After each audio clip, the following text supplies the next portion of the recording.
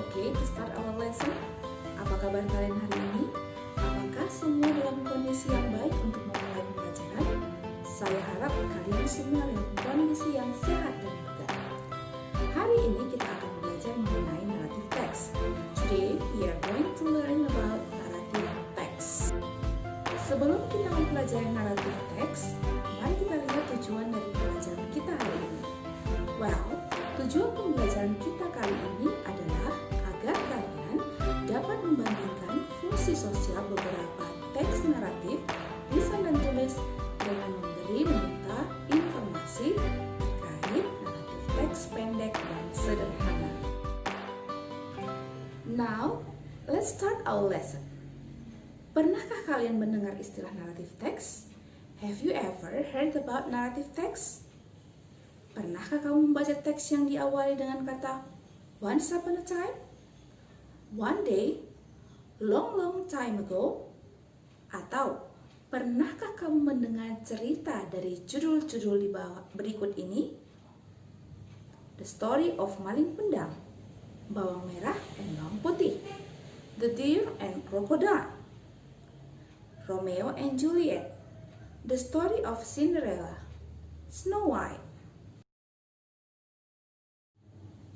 Nah, cerita-cerita tersebut termasuk ke dalam jenis narrative text. So, what is narrative text?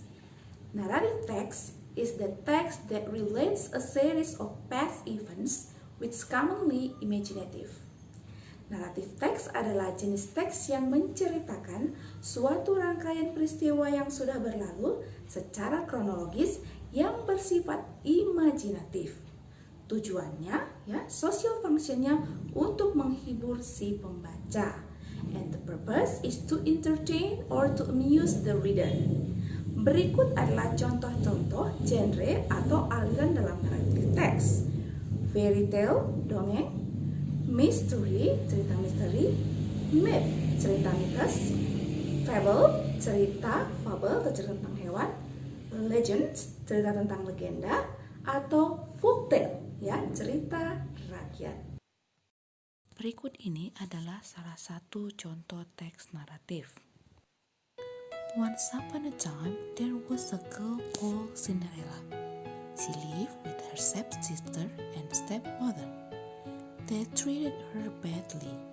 She had to do all the housework. One day, an invitation to the ball came to the family. But her stepsisters would not let her go. Cinderella was sad. The stepsister went to the ball without her.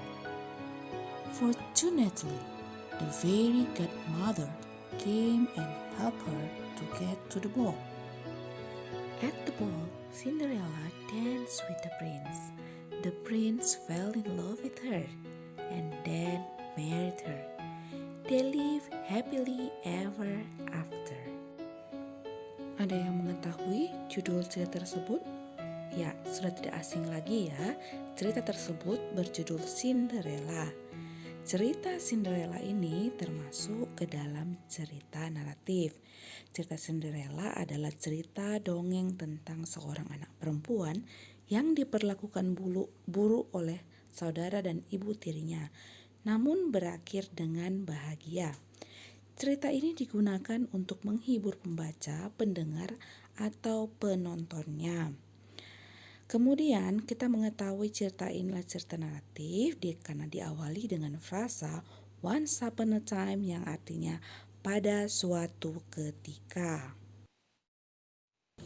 Nah, demikian penjelasan singkat mengenai pengenalan terhadap naratif teks.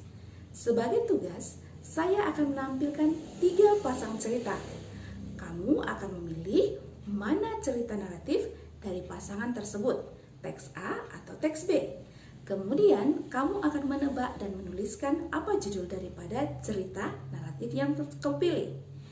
Setelah itu, kamu tulis dengan ringkas 2 atau 3 kalimat isi cerita naratif tersebut dalam bahasa Indonesia. Contoh sebagai berikut. Di sebelah kiri terdapat teks A dan di sebelah kanan terdapat teks B. Yang menjadi cerita naratif Di sini adalah teks yang di sebelah kanan atau teks B.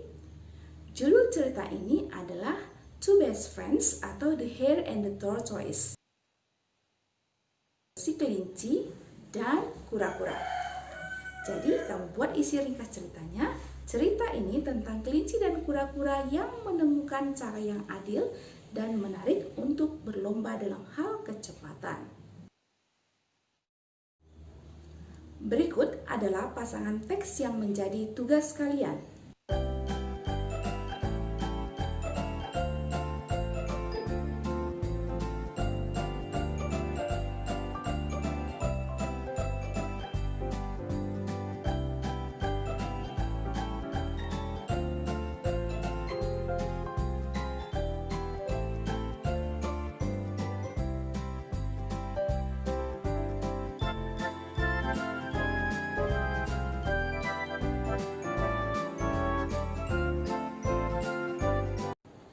Teks yang menjadi tugas tidak perlu kalian tuliskan.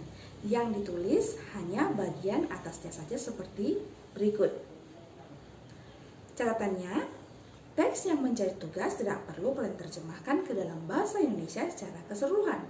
Jika kalian ingin mengerti isi teksnya, boleh kalian terjemahkan, namun itu tidak saya nilai. Kalian boleh kerjakan di bagian lain atau di buku tulis yang lain.